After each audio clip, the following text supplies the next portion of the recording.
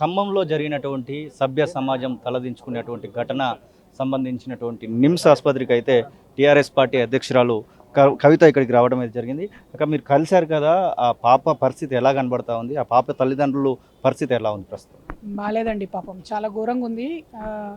పాపకి వెన్నుముక అనేది కంప్లీట్గా పనిచేయడం లేదు. అంటే పాప నడిచే పరిస్థితి లేదని డాక్టర్ స్ట్రేట్గా చెప్తున్నారు. ఎంత అన్యాయం అంటే ఇప్పుడు 12 ఏళ్ళ అమ్మాయి, జీవితాంతం ఆమెను కాపాడుకోవాలి. ఇద్దరు తల్లిదండ్రులు కూడా కూలీనాలు చేసేటోళ్ళే. ఇప్పుడు ఉన్న ఇల్లు కూడా ఒక్క రూమ్ కూడా సరిగ్గా లేనటువంటి పరిస్థితి ఉన్నది. సో నేను ప్రభుత్వాన్ని ఒకటే డిమాండ్ చేస్తున్నా, ఆ అమ్మాయికి భద్రత ఇవ్వాలి, భరోసా ఇవ్వాలి, ఆర్థిక పరంగా ఆదుకోవాలి. మామూలుగా ఆదుకుంటే సరిపోదు, ఎందుకంటే ఇప్పుడు కనీసం ఆమె మంచిగా అవ్వడానికి ఒక 6 నెలలు పట్టేటట్టుంది. ఇప్పుడంటే టెంపరీగా నిమ్స్లో చూసుకుంటున్నారు, కానీ అక్కడికి వెళ్ళిన తర్వాత ఎవరు చూసుకుంటారని ఆ తల్లిదండ్రులు విలపిస్తూ ఉన్నారు. ఇంకొక పక్క ఆ తల్లిని అడిగితే నిజంగా ఒకటే మాట చెప్పిందమ్మా, ఏం అడగాలమ్మా ప్రభుత్వాన్ని అంటే, మా ఉరిదీయం అనండక్క అని అడుగుతుంది. ఎంత కఠినమైన సెక్షన్స్ పెట్టాలంటే ప్రభుత్వం తరఫున ఉన్న లాయర్లు కూడా నేను రిక్వెస్ట్ చేస్తున్న పీపీలకు కూడా మీరు వాదించండి గట్టిగా, వాళ్ళకి పెద్ద శిక్ష పడేటట్టు చేయండి. శిక్ష పడ్డ తర్వాత కూడా జనరల్గా విడుదలై బయటకు వచ్చినాక దాడులు చేస్తూ ఉంటారు ఇట్లాంటి కేసుల్లో. కాబట్టి పోలీస్ భద్రత ఖచ్చితంగా ఇవ్వాల్సిందే అమ్మాయిని కాపాడాలండి. చిన్న పాప అసలు నిజంగా మనసు వికలమైపోయిందండి చూస్తే, చాలా దారుణంగా ఉంది.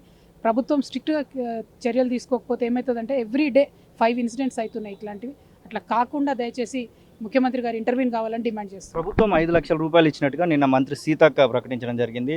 దానికి సంబంధించి మీరేమంటారు? 5 లక్షలు ఇవ్వడాన్ని మేము ప్రభుత్వం ఆదుకుంటుందంటూ తుమ్మల నాగేశ్వరరావు చెప్పడాన్ని, ఈ యొక్క పరిణామాలను ఎట్లా చెప్పొచ్చు అంటారు?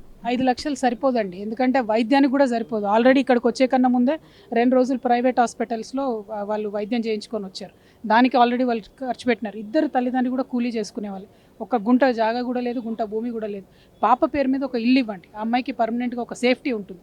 రెండవది పాప పేరు మీద స్పెషల్ పెన్షన్ ఇవ్వండి.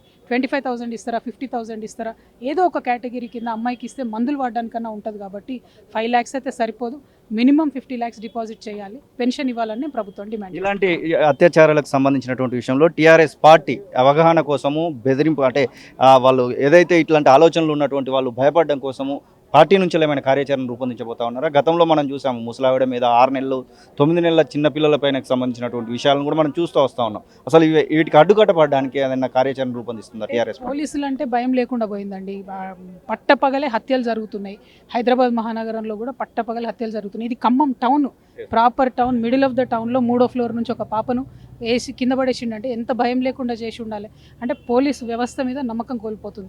ముఖ్యమంత్రి గారు ఒక సీరియస్ ఏదైనా ఎఫర్ట్ పెట్టి భరోసా ఇచ్చేంత వరకు కూడా ఇది సెట్ అవ్వదు.